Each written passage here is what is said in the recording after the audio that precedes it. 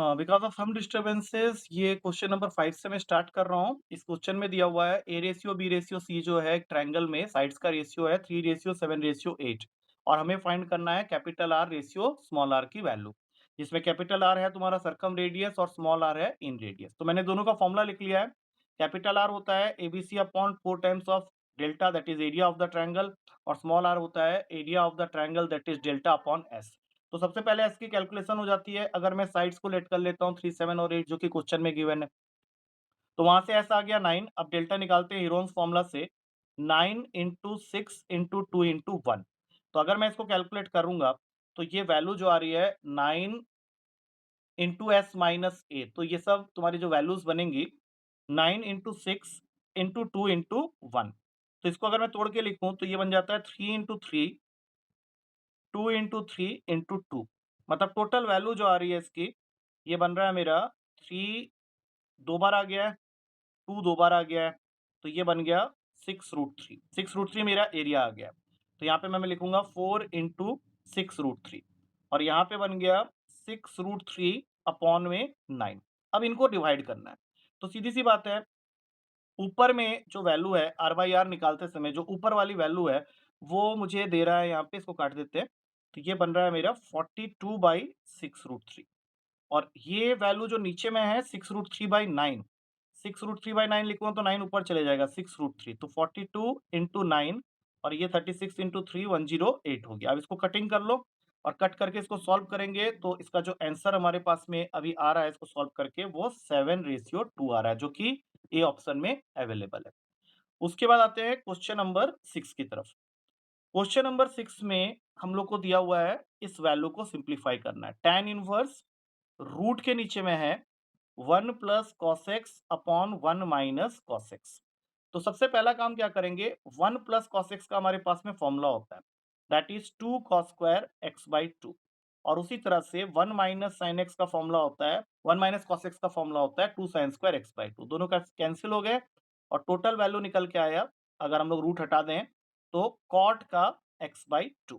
लेकिन बाहर में tan है इसलिए हम लोग यहाँ पे क्या करेंगे, tan इनवर्स को रहने देंगे और कॉट के जगह लिख देंगे tan pi by 2 minus x by 2, जिससे कि ये tan इनवर्स और tan कट गया और ये बन गया pi by 2 minus x by 2।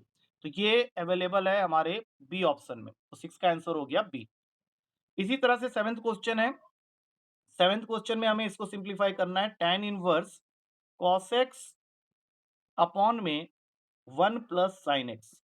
तो cos x का एक सिंगल फॉर्मूला जो हम लोग यहाँ पे यूज कर सकते हैं वो होता है cos square x by 2 minus sine square x by 2 और साइन एक्स का एक सब्स्टिट्यूशन हमने पढ़ा हुआ है that is cos x by 2 plus sine x by 2 पूरे का होल स्क्वायर।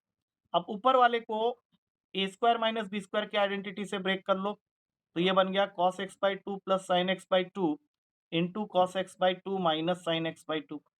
ऊपर तो सेट हो गया मामला और नीचे क्या है that is cos x by 2 plus sine x by 2 पूरे का होल स्क्वायर। तो इसको एक कैंसिल कर दो तो तुम्हारे पास में टोटल बच जाएगा cos x by 2 minus sine x by 2 in the numerator और नीचे आ गया cos x by 2 plus sine x by 2। अब इसको फर्दर सिंप्लीफाई करने के लिए वी हैव अ ट्रिक जिसके हिसाब से ऊपर और नीचे ईच एंड एवरी टर्म को cos x बाई 2 से डिवाइड करना होता है। तो इससे ये कन्वर्ट हो जाएगा नेक्स्ट स्टेप पे 1 minus ten x by 2 upon में 1 प्लस टेन एक्स बाई 2। इस 1 के जगह लिख दो टेन का पाई बाई 4 और ये फॉर्मूला बन जाएगा टेन का pi by 4 minus x by 2। बाद में इसको कैंसिल करेंगे और ये ऑप्शन जो है ये अवेलेबल है बी में। तो 6 का आंसर 7 का आंसर हो गया बी। अब 8 में चलते हैं। 8 में हम लोग को एक ट्रायंगल के तीनों साइड्स की इक्वेशन दे रखी है। पहला साइड है x plus Y equals to 0, दूसरा साइड है 3x plus Y equals to 4 और तीसरा साइड है x plus 3y equals to 4।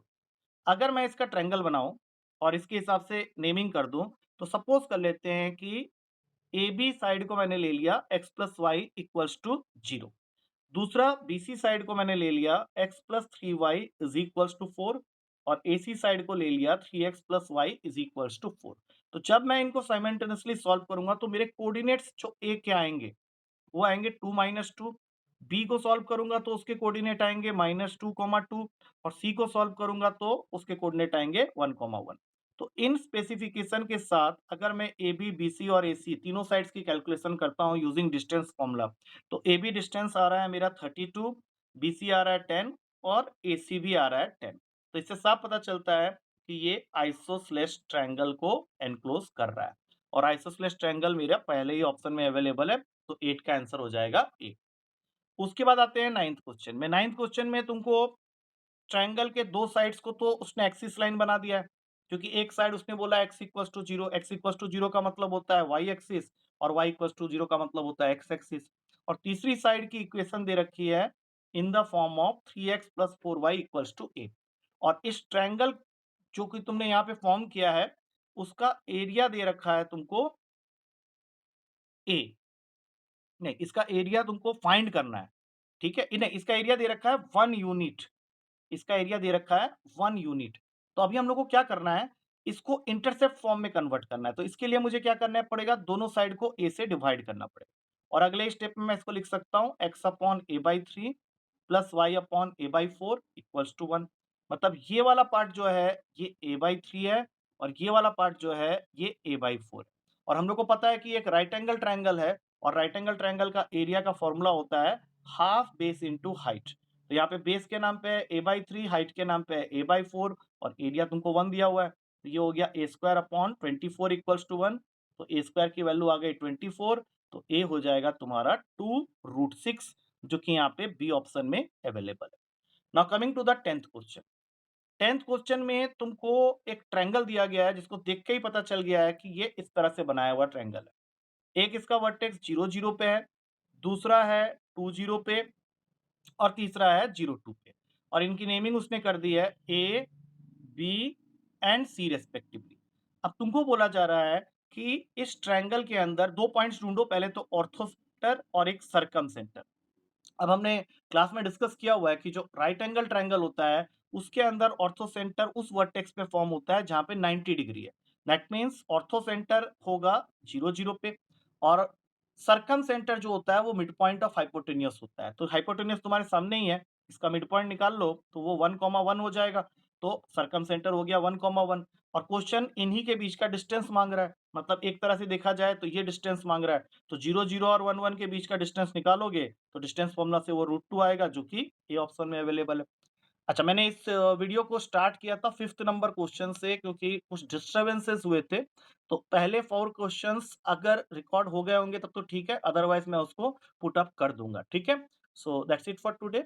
Take care, good night.